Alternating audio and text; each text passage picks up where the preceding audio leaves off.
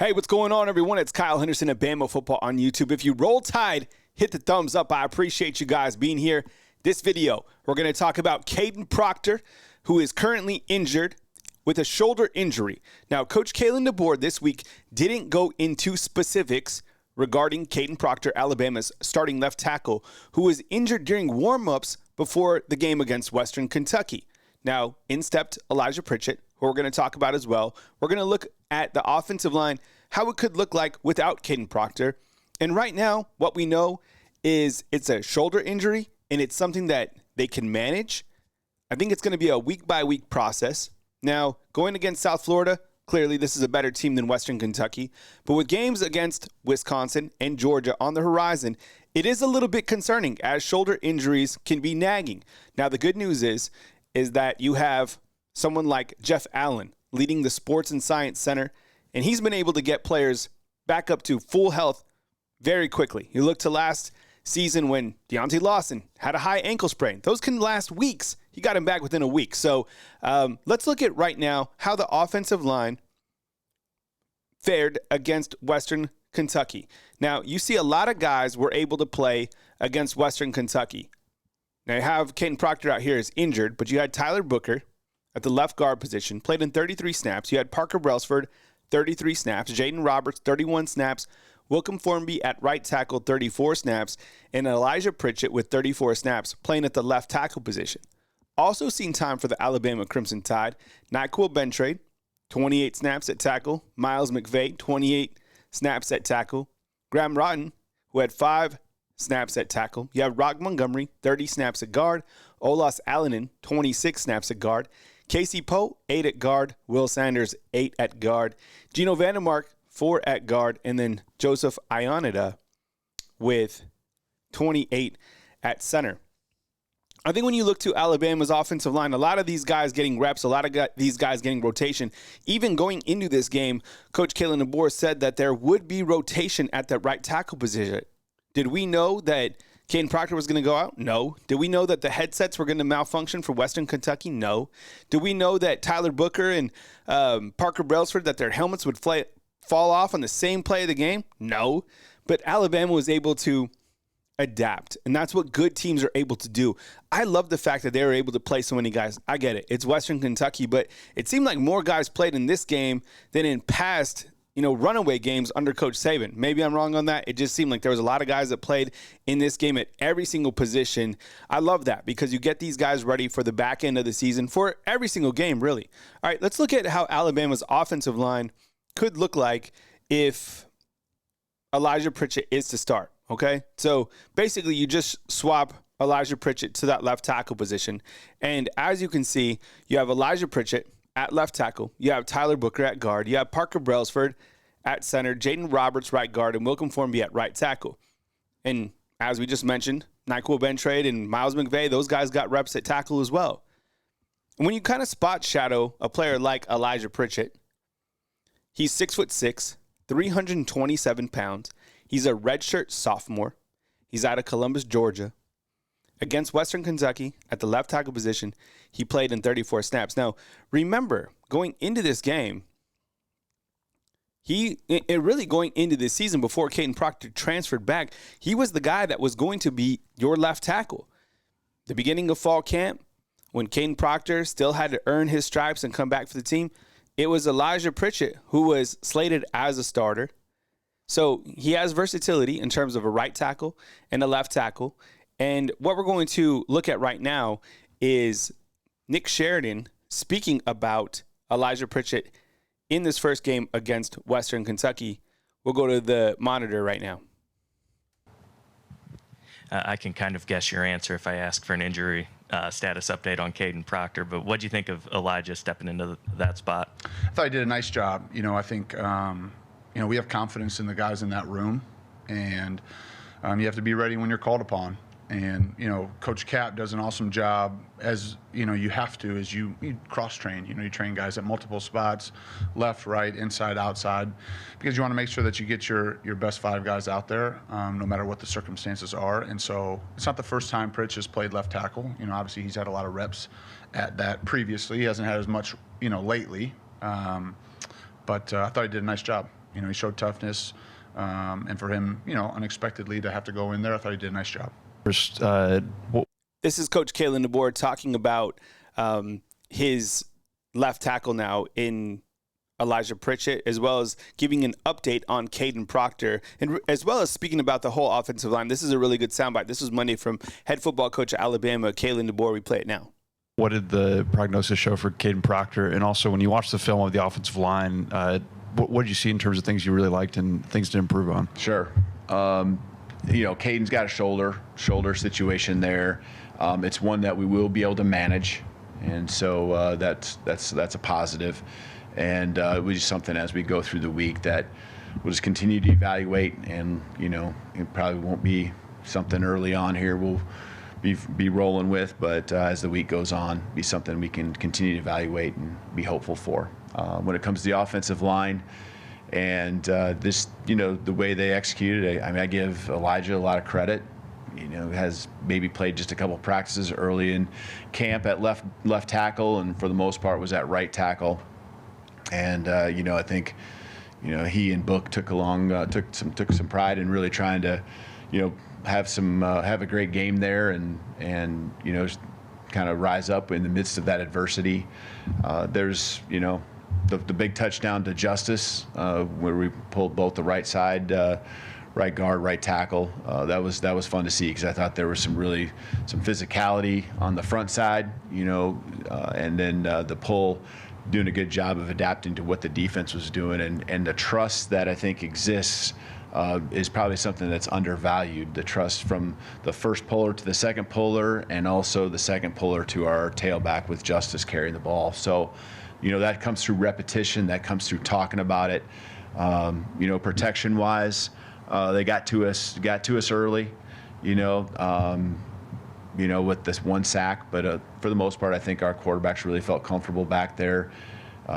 There was times where we picked up the protection, and I know Jalen had that explosive run there when we were deep in our own territory.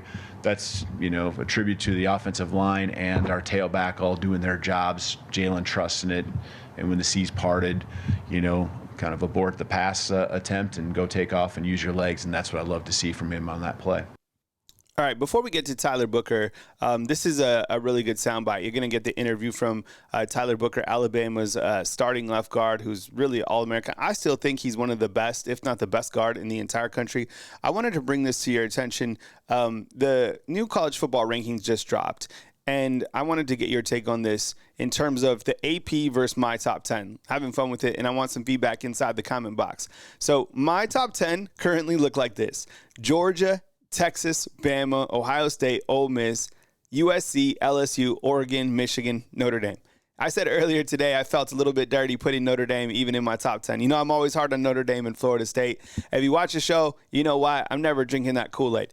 I've been harping on this Florida State since last year. They're not even ranked in the top 25 anymore after losing to unranked Boston College, who, by the way, their head football coach is Bill O'Brien on national TV. Their last 3 losses, don't get me started on Florida State.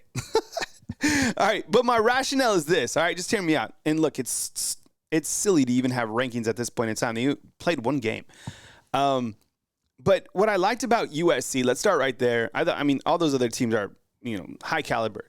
But USC, their quarterback can spin it. Their wide receivers were elite. And the thing I liked most about USC is they're playing defense for once, right? When's the last time you saw USC play defense? I have no idea. They look good. LSU, look, their quarterback, same thing, was throwing dots. That was a really great game. Even though Brian Kelly got upset and threw a temper tantrum after the game, this is a good football team, and I really like the way they utilized Aaron Anderson. Good to see him. Oregon, I have no idea. FCS, Idaho. Can you imagine if Alabama, and I said this on my morning show, can you imagine how badly Alabama would be penalized if Idaho and Alabama were close at halftime or in the second quarter? Can you imagine the national headlines? Alabama probably would not even make the playoffs because they played Idaho close. Oregon will not be penalized. They won't. The entire season, they'll be like, well, that was early in the season. But if it was Alabama, it was like, it wouldn't matter. It frustrates me. Michigan, same thing with Michigan. How can that game be close against Fresno State? Right? And then you have Notre Dame. So those are my top 10. The AP Top 10 saw it like this: Georgia, Ohio State, Texas, Bama, Notre Dame, Ole Miss, Oregon, Penn State, Missouri, and Michigan. All right, so I just felt that USC, LSU, that was a really good game. I felt those two teams are probably better than Oregon, Penn State, Missouri, Michigan at this point in time. I'd like to hear your feedback inside the comment box. I appreciate you guys. Coming up next, you got Tyler Booker, who's really the spokesman for the University of Alabama, along with Jalen Monroe. I mean, you see his great interviews all over the place. Does such a great job. When you think ambassadors for the University of Alabama, when you think leadership, this is the type of guy who really is the standard of Alabama football. And look, I get it. Replacing and trying to replace somebody like Kadyn Proctor, it's going to be tough to do maybe for this weekend or however long it takes. But Elijah Pritchett looks capable. I am a little bit concerned, right? There's a talent gap between Proctor and Pritchett. There is. So if they can figure out, what's going on with Kadyn Proctor, the sooner the better. I think they're going to be in a good position just because I do really believe in Coach Kapilovic. I think he's a hell of an offensive line coach, a great upgrade, to be honest, from last season. He's doing a really great job. But Kadyn Proctor, I mean, this guy's an absolute beast, and he'll be a top 10 pick in the NFL draft sooner than later. So we'll keep you posted on any injury news that comes his way. Here's Tyler Booker. This is about a 7-minute interview, something like that. So enjoy Tyler Booker. And then I think we have some player highlights before we bounce out. I appreciate you guys watching. Please hit the thumbs up on these videos. I really appreciate it. Let's make the goal 250 on this video. I appreciate you guys. Here is Tyler Booker after practice today. I think Pritch had a really good game. Obviously, there's room for improvement from everybody, but for Pritch, somebody who's, like you said, been working at right tackle for a while, and being able to go in there, play left tackle, he hasn't played that in a while. He played a really good game, and I'm very excited to see how he progresses through the season. Proctor being out in the play where you and Proctor both came off, just kind of, what does that show about the offensive line? We always have, as an offensive lineman, you always have to adjust to adversity and really attack it because you never know what's going to happen. Like, Kadyn got hurt pre-game. Me and Parker's helmets came off. And then after that, the whole comm system going wrong. So there's just a lot going on. But at the end of the day, we have to be the tone setters for the offense. So we can't get frazzled by external factors. We have to stay focused and be those guys for the team. What's the message to the team from the make them believe that we're still Alabama. One of their players says something along the lines of we might not be who we think we are, and the whole purpose of the game was just show them who we are, who we say we are. So I feel like we accomplished that, and I think he said the same.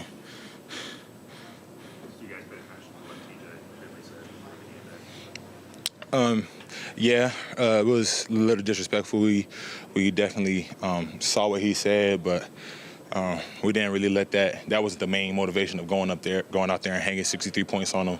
Obviously, we always want to play to our standard, but that just added a little bit of fuel to the fire. You did play in a South Florida game last year, right? Yeah. But still, just for that game to have happened the way it did, is that motivation for you guys this year? We really don't want to bring last year into this year, but obviously there's a lot of guys who were on that team last year, so we know that we know how that game went. We know that we didn't play to our standards, so we have to make sure that we go out there and take everybody seriously and treat everybody with respect all but fear none. As a captain, the decision to give Kaydn the game ball, what went into that? Coach DeBoer just really having the guts to come in here and come in behind Coach Saban. He's been a great coach to this point. I've really enjoyed building a relationship with him, and the more I get to know him, the more I develop a great relationship with him. So giving him the game ball was a no-brainer. How did he react to that? He was very happy. He was almost speechless. So I'm glad he was able to. I'm glad we were able to be a part of that moment with him. That was in front of the team in the locker room. Yeah. Yes, sir. A letter on your jersey on Saturday. I did. It was amazing. So just being recognized as a captain, that's a true honor within itself. But being able to have it on my jersey, I think definitely the first Alabama players to ever have that done. I'm big on legacy, so that would be something great to add to my legacy. But at the end of the day, the biggest thing I want to add to my legacy is the national championship. So that's what we're focused on now.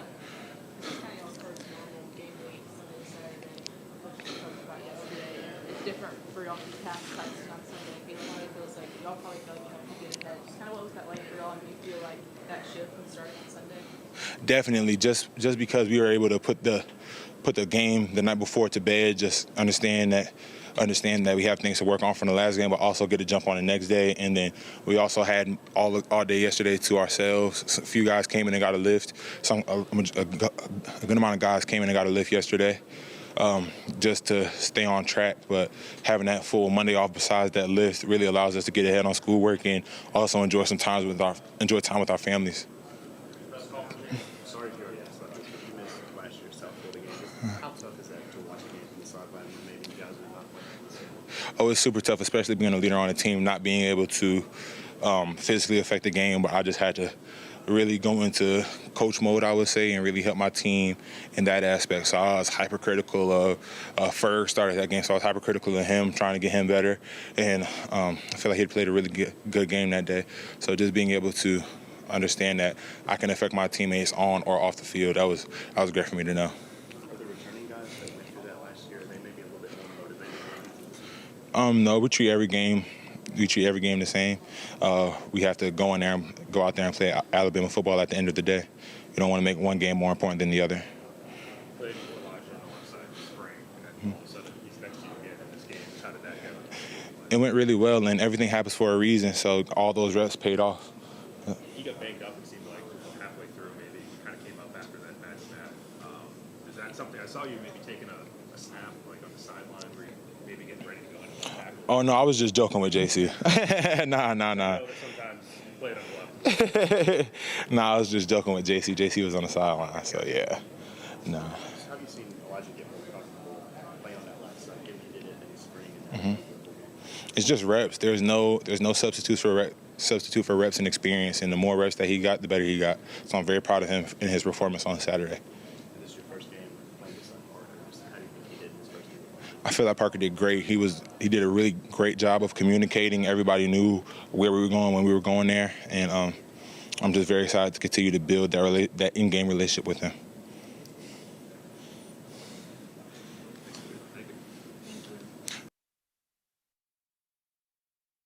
All right, that was Kadyn Proctor. We're going to look at highlights from today's practice, courtesy of the University of Alabama.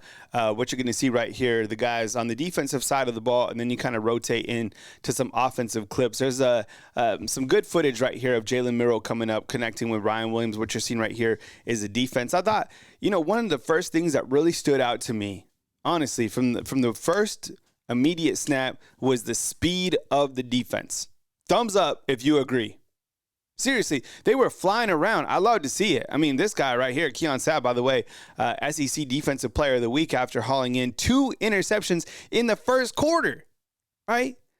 Was there a transfer out there that you missed? Alabama didn't miss any transfer, guys who left, right? People were worried about Caleb Downs. How ironic is it that your safety that comes in has 2 interceptions? That was amazing. Good to see it. Love to see big-time players play at a really high level. I mean, on the defensive side of the ball, offense, I mean, it was really amazing, just the overall speed. And I love Coach Kane Womack and his philosophy that he's not satisfied. He wants more takeaways. He wants more scores. Here's number 20, Daniel Hill, who ran really good. Look at this dot right here. Jalen Milroe hitting Ryan Williams. Remember just a couple weeks ago, we're like, is he going to play? Is it really going to happen? We saw, he's throwing dots out here. Yeah, Ty Simpson, too, who got opportunities. A lot of people forget how fast Ty Simpson is. Not only can he throw, but he can move around, too. Caleb Odom, he had 2 receptions as well. You saw three freshman wide receivers, right? Rico Scott. You saw Ryan Williams, Caleb Odom. He looked really good. Kobe Prentice actually had the most receptions on the team in that game with 3 for 43 yards. There's Jeremy Bernard, who caught a pass for 17 yards. Man, he's really good. Very, very talented. This entire wide receiver room, I'm just really excited about it. Kyle Henderson of Bama Football on YouTube. I appreciate you guys being here and rocking with me throughout every single day. I'm live in the mornings at 9 a.m. On Mondays, my show is at 10, so I can take you to Coach Kalen DeBoer's press conference. Coming up this week, we will continue to break down Alabama football going into this South Florida game. I listened to Alex Golish, who's the head football coach at South Florida, and he said, look, if we play our best, we feel that we can play with anybody in the country. This is a coach who has a lot of confidence in his team. This is a team that is certainly on the rise. They are trending upward. They are a lot better than Western Kentucky. This isn't coach speak.